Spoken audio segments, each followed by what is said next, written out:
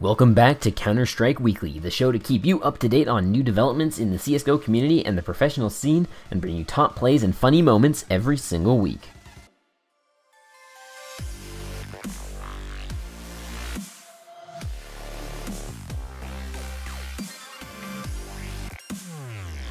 We've got some awesome topics today, but first I'd like to give a quick shout out to our sponsor, CSGO Barracks, a new gambling site that was generous to power this episode, and give us a pretty cool knife to give away on our Twitter, so be sure to hit up the link in the description for a chance to win. Other than that, let's get into the news. The North American team Echo Fox has finally signed on Freakazoid from Cloud9 to the starting roster. There was much speculation about him joining his former teammate Sean Gares on Echo Fox, and when he recently began playing as a stand-in for some of their league matches, it became pretty apparent that he would be picked up sooner or later.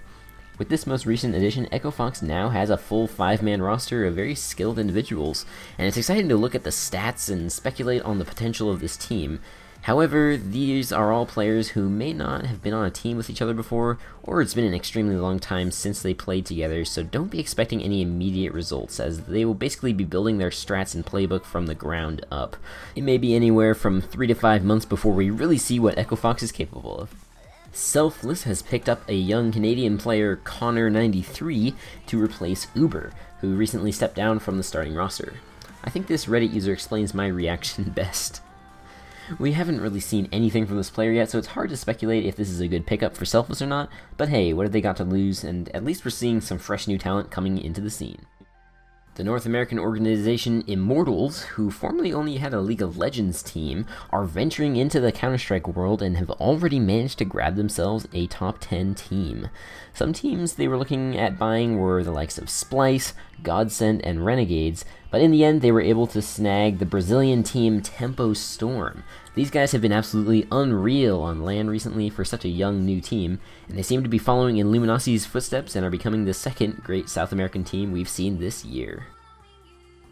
And for the top story of the week, apparently the player seized on Team Na'Vi has been having some visa issues that could prevent him from playing in not only the upcoming major in Cologne, but basically any European LAN event that would require him to travel.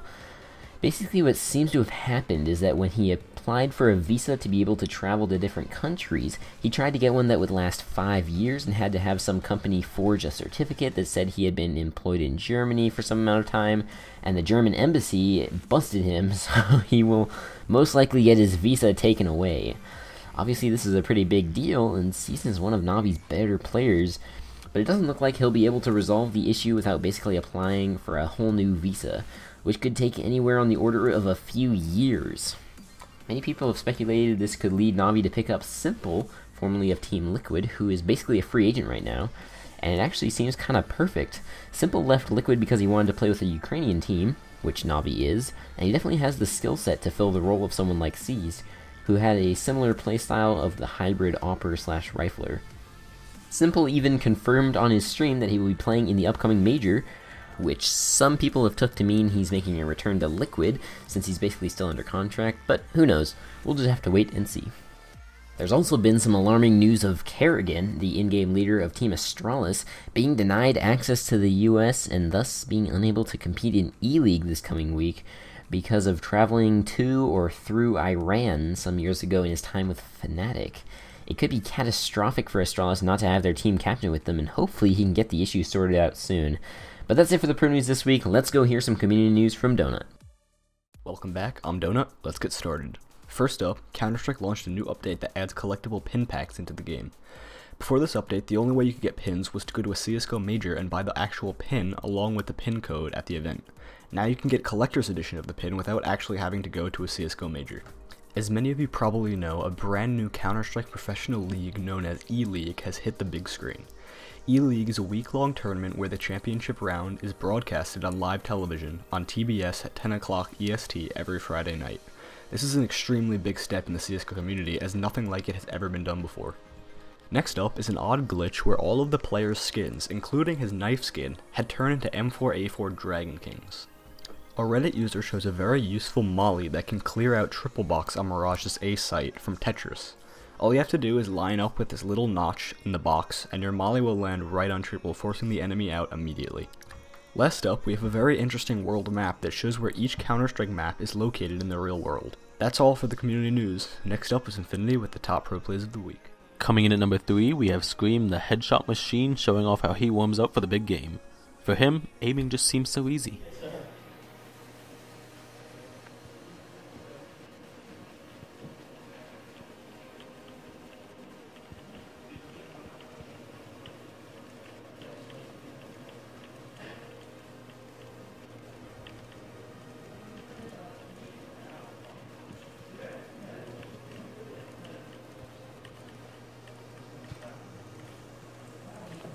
And in the number 2 slot, we have Swag with a pretty close clutch, but he's not quite old Brax though.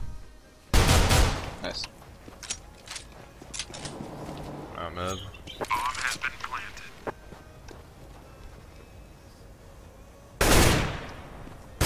Oh, okay. Yeah, win it, dude. Just win it. Okay. Oh, that's you, dude. Yeah, man, old Brax would have won that for sure. And coming in at number 1, we have Extends going insane with the op with a beautiful ace. Les commandants costauds, on va t'appeler. Spartan. Spartan. Et c'est un mot que je pense. Ah, pardon. Ah ouais, ça fait 30 € par mois, gros, 30 € par mois.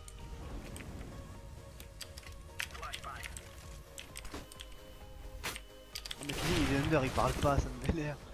Tiens, toi t'es-tu under? Non, ça tu vas mourir ensanglanté. Oh regardez mon stream, c'était JW quand il était tout petit. Oh Son casque et tout, il m'a saoulé. Il est où le bonheur? Il est où? Regarde le stream. Il était chez Victor. Mais t'as... Oui, J'ai regardé le regarde. vlog de Nems, non, pas encore. Oh, c'était quoi ça? And welcome back again to Fails of the Week. I would just like to apologize once again for 2 weeks of no Counter-Strike Weekly. I will blame the whole thing on Benny because he didn't do his parts and he's a horrible person. Let's get going. Coming in at number 3, we have when your legs don't work quite as well as they used to.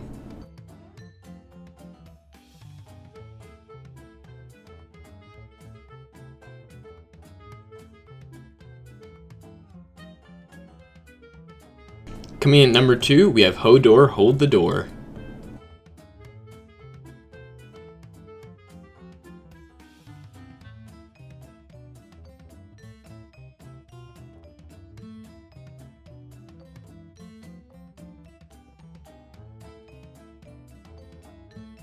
And coming in at number 1, we have an absolutely beautiful bomb toss on Mirage.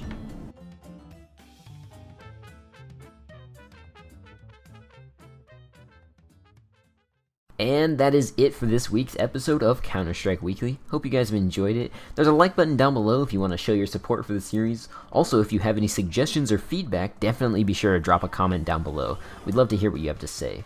There's going to be lots more great content coming soon, so be sure to get subscribed to the channel. My name is Ben with Royal Blue Gaming, and I'll see you next time. Peace out.